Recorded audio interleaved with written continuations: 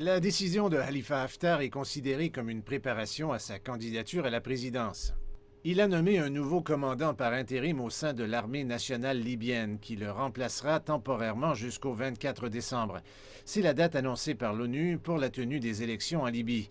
La décision de Khalifa Haftar répond à une exigence de candidature présidentielle dans une loi promulguée la semaine dernière par le Parlement basé dans l'Est. La loi stipule que les officiers militaires peuvent se présenter à la présidence s'ils sont en congé depuis au moins 3 mois. En suspendant son rôle au sein de l'ANL au lieu de démissionner, cela signifie qu'il entend revenir à son poste au cas où il ne remporterait pas les élections présidentielles, ou même si les élections sont reportées ou annulées pour quelque raison que ce soit. Cependant, tout cela n'est basé que sur la loi que le Parlement a promulguée. Le Parlement basé à l'Est est un allié de Khalifa Haftar. Les critiques disent que leur loi électorale a été conçue pour permettre au général de se présenter. Le commandant de l'ALN possède un passeport américain en plus de sa nationalité libyenne. La loi du Parlement n'empêche pas les binationaux de se présenter aux élections présidentielles. D'autre part, ses rivaux au Conseil d'État supérieur de l'Ouest ont récemment adopté une législation différente qui interdirait à la fois à ceux possédant la double nationalité et aux officiers militaires qui étaient en poste moins de 2 ans avant de se présenter.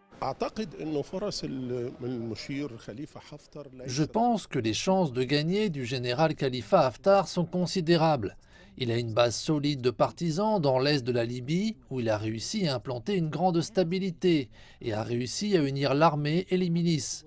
Alors que d'autres candidats possibles, en particulier ceux de l'ouest de la Libye, pourraient se défier les uns les autres et par conséquent, les votes dans l'ouest du pays pourraient être divisés.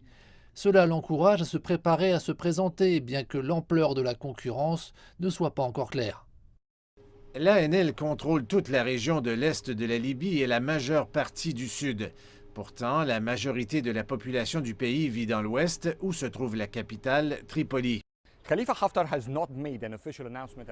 Haftar n'a pas fait d'annonce officielle au sujet de sa candidature présidentielle et il ne devrait pas le faire bientôt. L'autorité électorale n'a pas encore annoncé les règles de campagne et le commandant de l'ANL ne prendra aucun risque qui pourrait compromettre sa campagne.